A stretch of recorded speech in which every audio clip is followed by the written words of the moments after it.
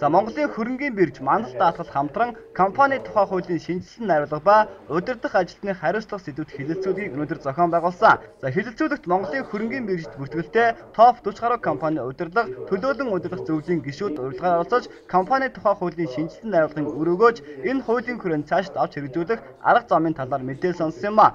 Мөн 2011 онд шинжлэгдсэн компани тухай хууль түүнтэй холбоотой хувьцаат компани төлөөлөн удирдах зөвлөлийн гишүүдийн үүрэг хариуцлагын талаар хэлэлцүүлэг өрнүүлж энэ талаар туршлага солилцож Монголын хөрөнгийн биржийн гишүүн байгууллагын удирдах ажилтнууд өөрсдийн эрсдлийг бууруулах талаар мэргэжлүүдээс зөвлөгөө авсан юм а. Мөн хэлэлцүүлгээр Монголын хөрөнгийн бирж мандал даатгал болон бусад компаниудын мэргэжлүүд компани тухай хуулийн шинжилсэн найруулгын зарчмын өөрчлөлтүүд удирдах ажилтны хариуцлага даатгал хувьцаат компаниуд хуулийн зөвлөгөө санхүүгийн аудит төлөөлөн удирдах зөвлөлдөө үн цэнтэй гишүүдийг татах арга зам сэдвээр илтгэл тавьж санал бодлоо хуваалцлаа. Шинжилсэн найруулга 2011 онд батлагдсан байгаа. Түүнээс хойш одоо биржид бүртгэлтэй хувьцаат компаниуд ялангуяа удирдлага нь бол маш их үүрэг хариуцлага хүлээсэн.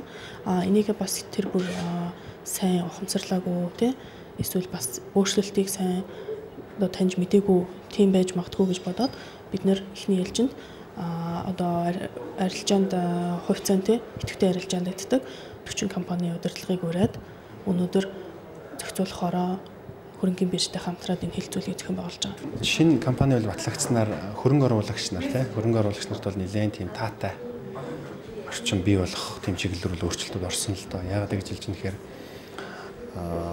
хувьцаа эзэмшигч буюу хөрөнгө оруулагч нар хөрөнгөө оруулаад компани ямар компани хөрөнгө оруулах юм тэгээд тэр компани удирдлагад яаж оролцох юм, компаниас ямар мэдээллүүдийг гаргаж авах юм, тэр нь одоо компани үйл ажиллагаанд яаж нөлөөлөх ч гэдэг юм тийм гол зарчмын өрчүүд орсон. Өөрөөр хэлбэл одоо энэ хөрөнгөө олон нийтэд гаргасан паблик гэж ярьдаг шүү дээ. Энэ паблик компаниудын хувьд бол хамгийн гол юм компани одоо тэр зүй зохистой иж бүрэн удирдлах хяналтыг л компани шаарддаг байхгүй. За Монголын хөрөнгийн биржид бүртгэлтэй топ компаниудын зүгээс компани тухай хуулийн шинжилсэн найруулгын хүрээнд ажиллах бүрэн боломжтой гэдгээ илэрхийлж байсан. Мөн цаашдаа удирдах ажилтныхаа хариуцлагыг өндөржүүлэх ур чадварыг дээшлүүлснээр шинэ хуулийн хүрээнд амжилт гарах боломжтой гинэ.